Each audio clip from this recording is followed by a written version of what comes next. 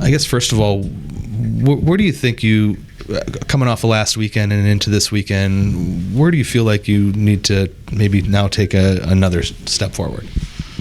One, we should have learned it. We didn't get burned, but we do need to learn we can't spend that much time in the penalty box.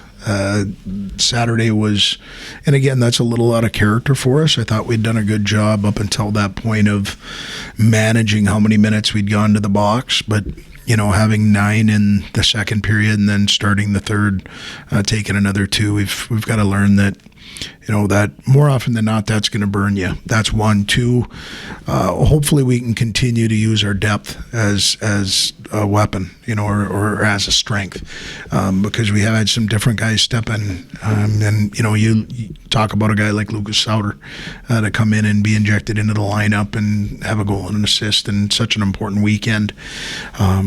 And then just continuing to get better. We've slid in some areas. We've got better in others. Better in the power play side, slid a little bit in the penalty kill side. We gave up 2 power play goals last weekend. Previously, our face-off percentage had been pretty good, and Duluth gave us a little bit of a lesson on that. So nothing's ever perfect. We just have to continue to keep working at the things and try and sustain as much as we can when it's going well and work on the things when they're not. How do they respond to that when, they're 1-7 in a row, you're 12-1-1, and, you have to try to make sure that you're improving in all those areas? Have they responded pretty well to that? Up till this point, yeah. I can tell you maybe we lean on our leadership group day in and day out, have since really this summer began into the early part of the regular season to where we're at today, and we're going to continue. It's their ship to sail, and the leadership group has taken ownership, and so far they've done what you've asked them to do, and they're a pretty mature group. So the more I can stay out of the way, or we can stay out of the way, as long as they're preparing the way that you'd like them to, we will. What kind of step has Jack McNeely taken this year?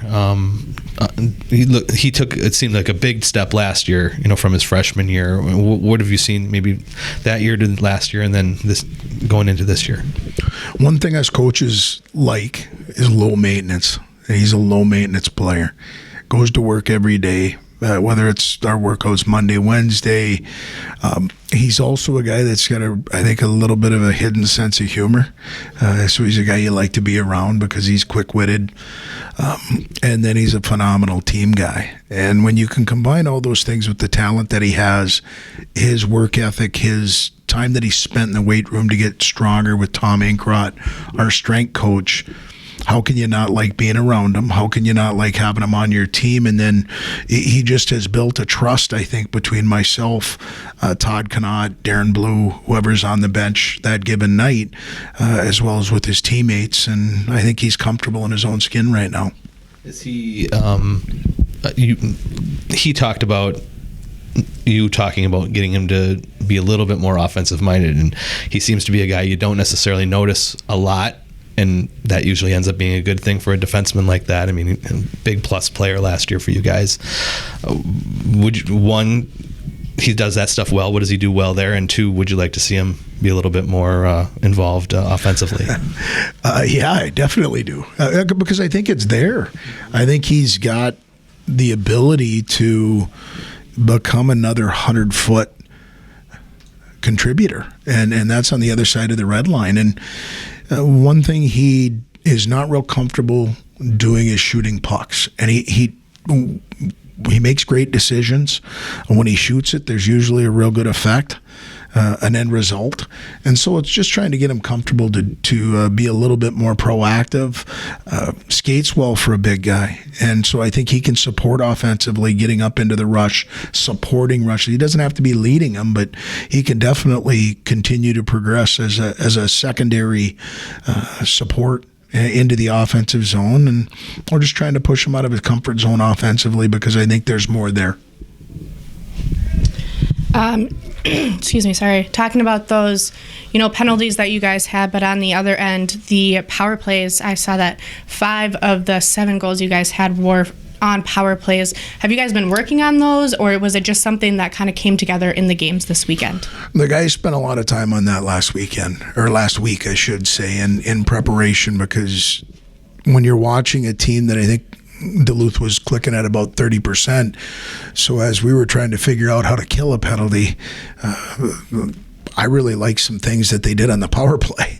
And in our business, if you're not stealing, you're not trying. And so took some of the things that I saw, and they do a lot of motion within their power play, and it becomes difficult to defend because you don't have people staying in one area.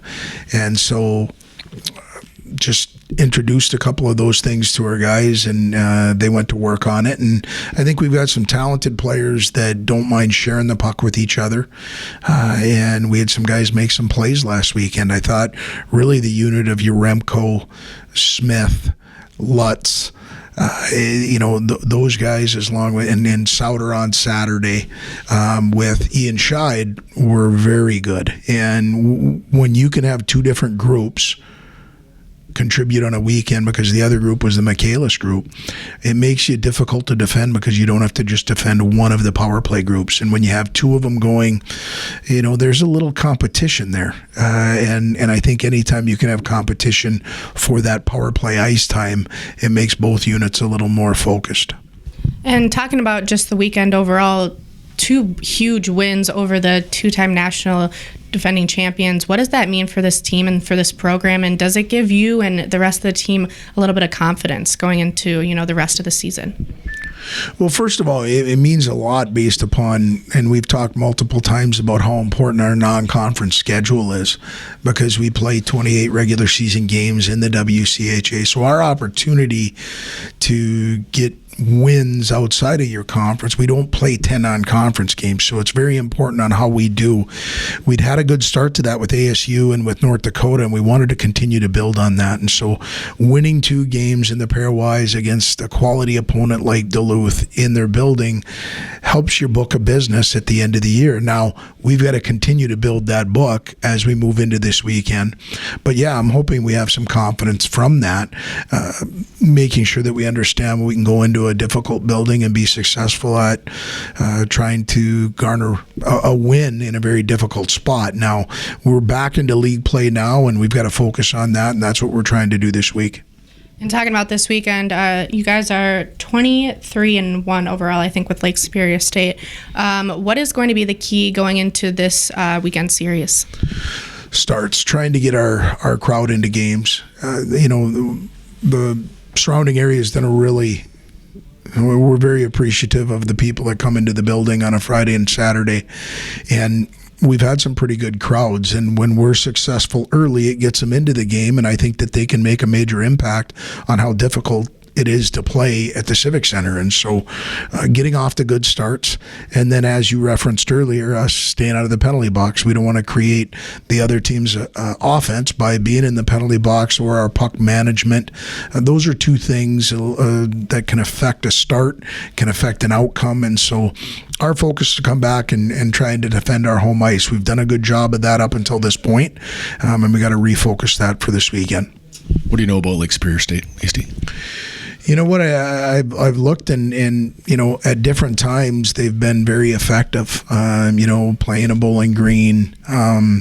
We've played them a lot, whether it's just the regular season or the playoffs. It seems like we've ran into them quite a bit. Last time we played in this building, I can't remember if it was a Friday or a Saturday, but they put a whooping on us as far as we didn't score a goal at home. And that hasn't happened a tremendous amount, but they're not going to come in here intimidated by any means, because they're going to come in with some guys that have won in this building before. And so I think they're going to be excited about playing here. I think Damon does a really good job at preparing his team. I've watched 4 games that they've played recently, and they just continue to adjust. They do different things. Their power play has different personnel on it. Their penalty kill's a little bit different at times. They like to run a lot of offensive face-off sets. Their defensive core is always up into the play. So they're, we're going to have to focus on what we're doing and execute what we're doing, because they're going to show us something that we haven't seen on tape, because I think Damon does a good job at preparing his guys for weekends. Okay, thanks, Hasty. Thanks.